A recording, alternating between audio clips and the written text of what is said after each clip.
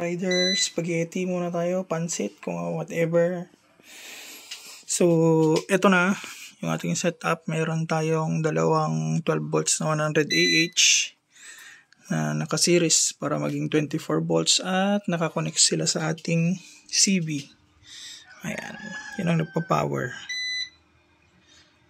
So, 12.5 yan. Ayan, kita nyo naman. So, ang pinapower nyan is meron tayong Compass CFN1 na 5 volts.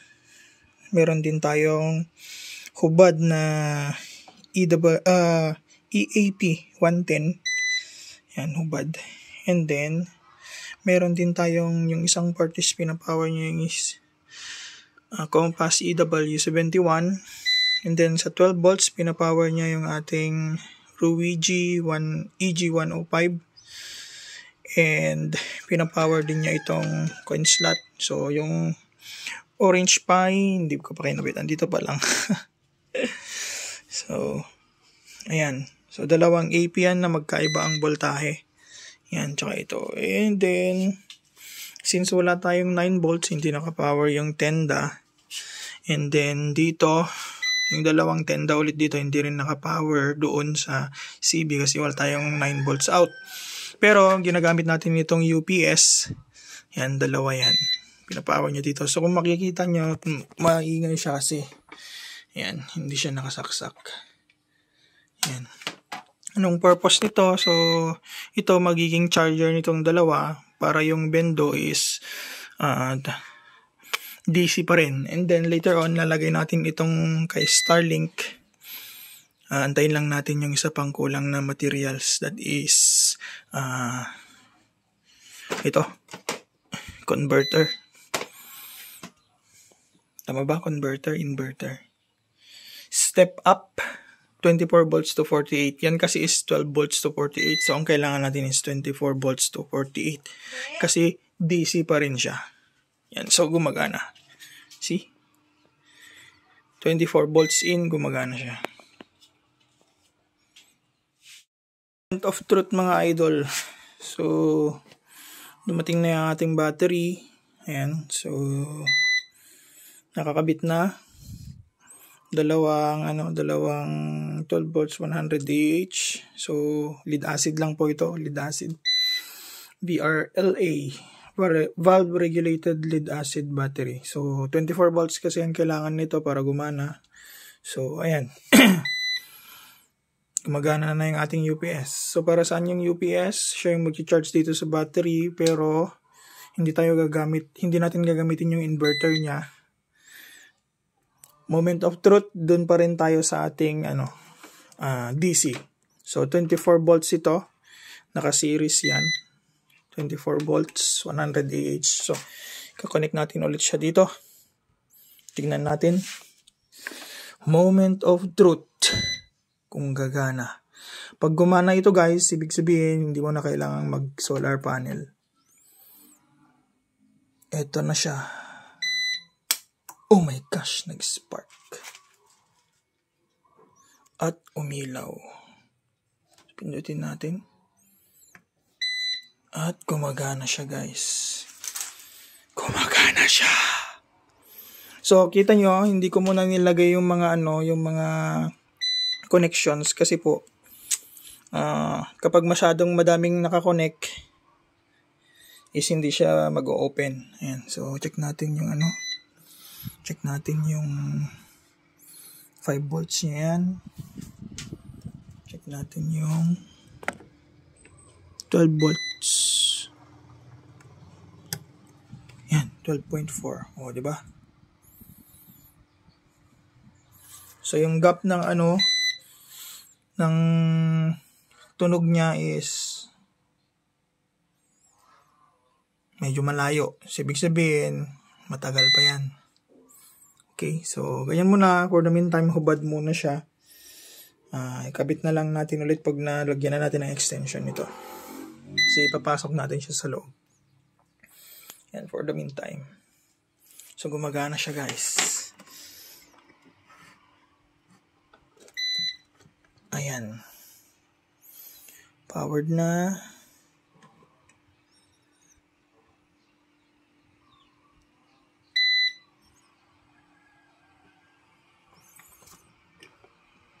Then yung puti.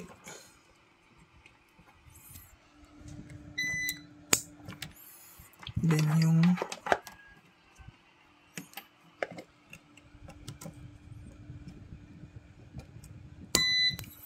yan. So, nag-power na rin yung ating access point. Yun.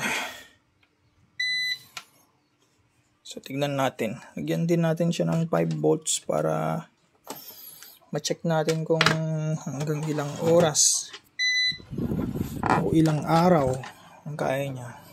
Antayin natin yung yung ito. Kumuha ako ng 24 volts to 48 para ma-check natin. DC to DC din yung yung Starlink. So ito charger lang talaga siya. UPS charger, di ba?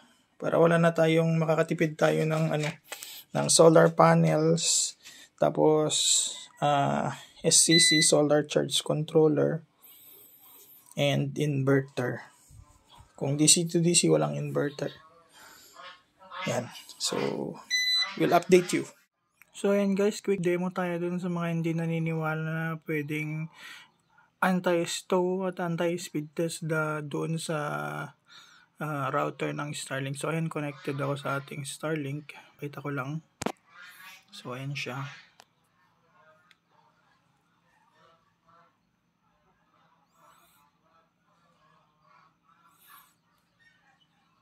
Then, sa app.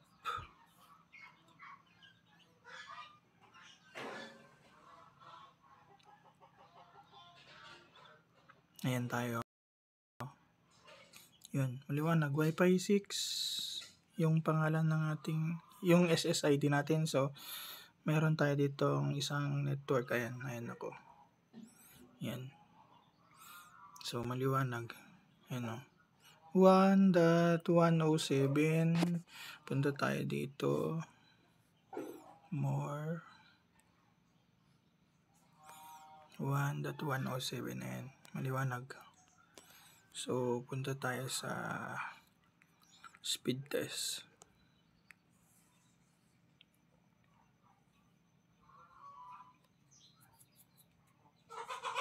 Yan. So, maliwanag. Nandito tayo sa SpaceX. Sa router ako mismo nakakonect.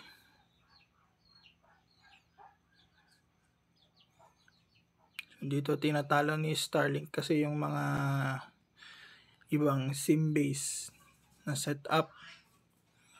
Kasi halos yung mga gastos mo sa SIM base ganyan din. Lalo na kung dead spot talaga. Yung as in kahit mag tatlong tubo ka walang matinong signal na makukuha. Then sa fast.com.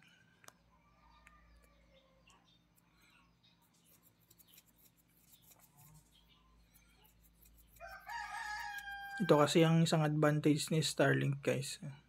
Yung speedtest.net niya tsaka itong fast.com halos magkalapit. Meron tayong other videos dun sa ating channel dun sa mga gustong manood ng pwedeng mag ML kay Starlink.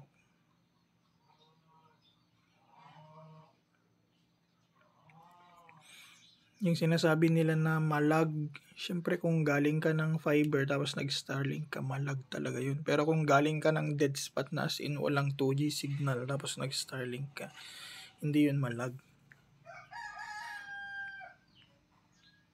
Next, dito tayo.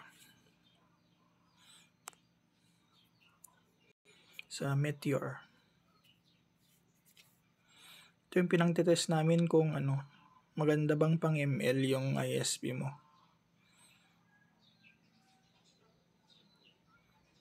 Ayan, so sabi niya dito Mobile Legends awesome. So isa pa.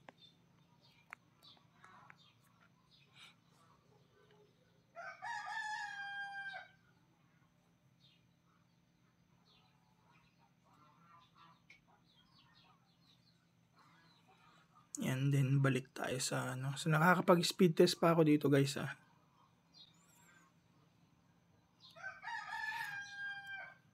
Kita nyo naman nagagamit ko yung mga apps.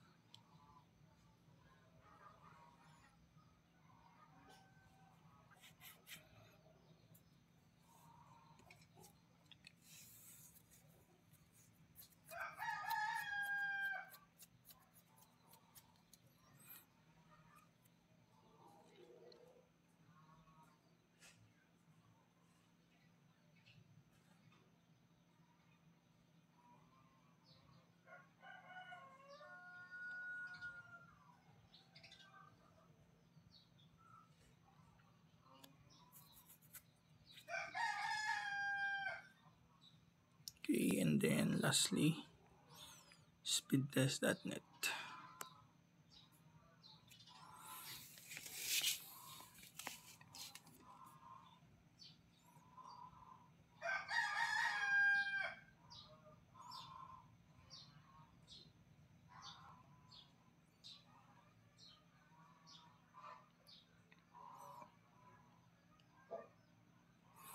Okay.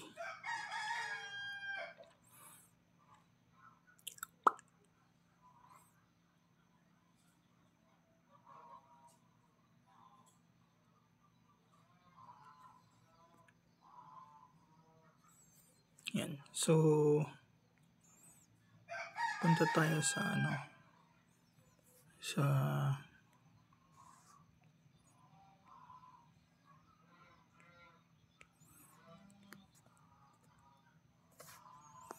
yan, 192.168.100.1.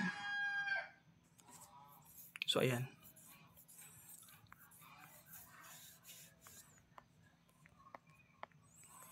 Or sa dishi.starlink.com.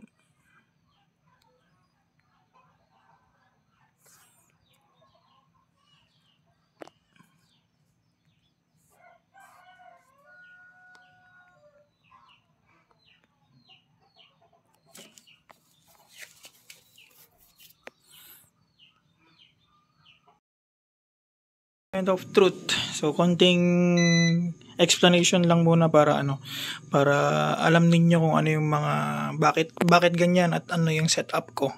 So ayan, naririnig na ninyo yung UPS na powered by dalawang 100 AH na VRLA.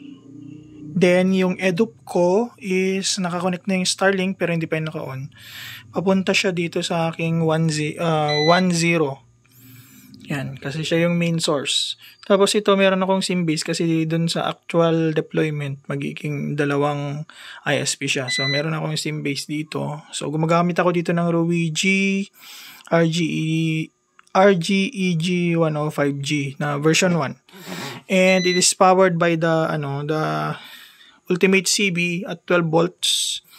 Ngayon previous video meron siyang adapter kasi maliit yung kanyang jack. Next, yung sa aking LAN 0 is itong mini PC. So ayun, nakikita nyo dun sa salamin. Yan. So nakasaksak siya dito kasi wala tayong 19 volts out dun sa Ultimate CB. So nakasaksak siya dito sa battery ng ng UPS. Yung yung battery operated. Yung dalawa kasi dito sa baba is bypass, so walang battery yan, direct from AC yan. Yan. Then meron tayong merong mini PC powered by by Wi-Fi 5 soft. Ayan. So then itong white ito lalagay ko sa laptop kasi paparemote natin yan mamaya. Then, yung LAN 2 is, ito hindi ko pa nilagay, nakakabit siya dito kasi siya ay magiging access point. Yan, nakakabit siya dito. So, dito ko ilalagay mamaya yung compass natin. So, hindi ko muna siya isasaksak para hindi mabigla yung ating board. Yan, so, ayan. So, EDUP, pupunta doon. Then, pupunta na sa Starlink, nakakabit na, papunta dito sa ating converter, papunta dito sa UCB, Ultimate CB, then Ultimate CB papunta dito sa ating battery. Yes, hindi tayo gagamit kasi ng dito hindi tayo gagamit ng inverter. Hindi natin gagamitin yung inverter niya. DC to DC pa rin tayo. So DC to DC na ang charger mo is UPS. O yun po DC to DC pero ang charger mo ay UPS. Ang naka AC lang dito is itong mini PC lang. Kasi wala tayong 19 volts out. So ito na siya, moment of truth. Ito na yung ating negative. Pag kinabit ko to, iilaw na yan. So ito na guys. Medyo mag-spark pa to. Sobrang lakas. Oh! Kita nyo yun. At ayun, umilaw siya, di ba? Umilaw siya. So pipindutin ko na yung kanyang Pipindutin ko na. Saan na yun? Ito, yung kanyang on. O yun. Umilaw na siya guys. So umilaw na yun. Umilaw na yung ating coin slot. Yan, umilaw na siya. So ito. Kunin ko itong Yan. Galing kay Sir Albert. 5 years old. Papasok na ng kinder. Buhay pa rin. Yan. So ikakabit ko siya ngayon dito sa ating ultimate ultimate custom board. Ayun. Tutulak ko lang siya. Yan. At ayun, umilaw na siya, di ba? Patayin ko yung ilaw. Yan, umilaw na siya. So umilaw na yan, umiilaw. Umiilaw na din yung mini PC, umiilaw na yung board, umiilaw yung EDUP. So meaning, lahat yan DC powered except yung ating mini PC na inverter powered. Pero lahat yan is battery operated. So nakikita natin, nagbiblink na yung sa Starlink, nagbiblink na yung Symbase, nagbiblink na yung ating access point, at nagbiblink na din yung ating mini PC. So, aabot kaya to ng isang araw. We will see. Abangan. So, yan mga boss. Buhay pa yung ating setup. Ayan. So, minsan kasi kahit umiilaw tong mga to, kung yung Starlink is wala ng internet dahil hindi na siya mai-power, hindi na, kulang na yung power niya, is useless din lang. So ito, check natin sa may yan. Kita nyo, umiilaw pa silang lahat. And yung blinking, yung beeping ng ating UPS is medyo malayo pa konti. Pero mas maganda mag-base tayo sa numbers, no? So dito, ayan, check ko yung voltahe. Meron pa tayong 23.9. Yan, 23.9. So kung 23.9 yan, base sa indicator is nasa pa siya. Yan, nasa 30%. So may konti pa. So iniwan natin to nung sinet up kako sana nung alas 7 kagabi, and the time is now 11:38. So that is ilang oras na yan? 7 to 7 is 12, 13, 14, 15, 16 hours. Going 17. So yan na siya. So check natin yung kung online ba talaga siya. Dapat dito lalabas sa is online siya. Ayan, online pa rin yung ating DC. Ayan.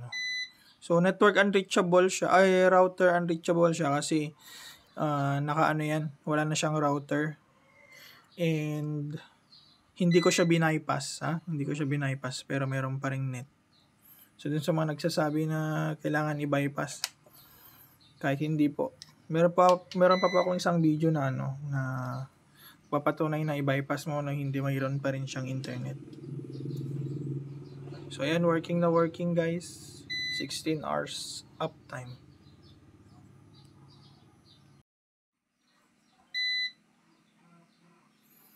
Ayan, mag-alauna na. Meron pang naiwan na mga 23.76. Ayan, so gumagana pa rin lahat. 23.76 is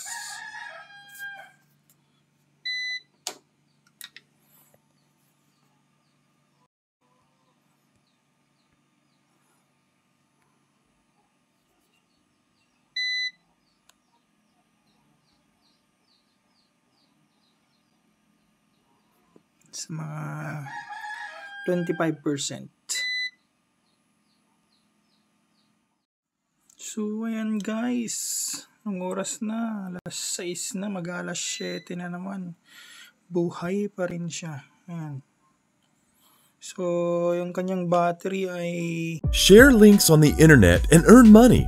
Start now on linkvertise.net. 22.89, 88. So, titignan natin yung ating ano.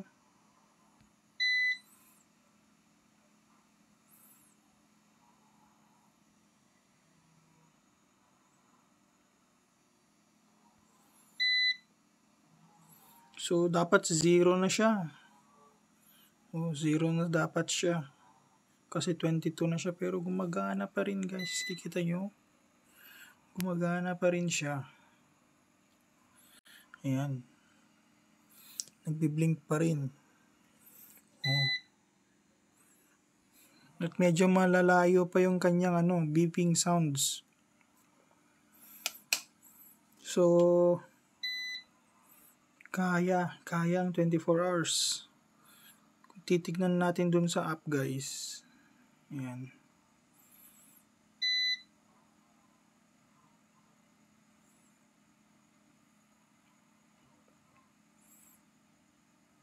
Oh, online pa rin si Starlink. See? Online pa rin si Starlink. Dito sa statistics niya, walang router to wala yung orange. Yan. Oh, ganda pa ng signal.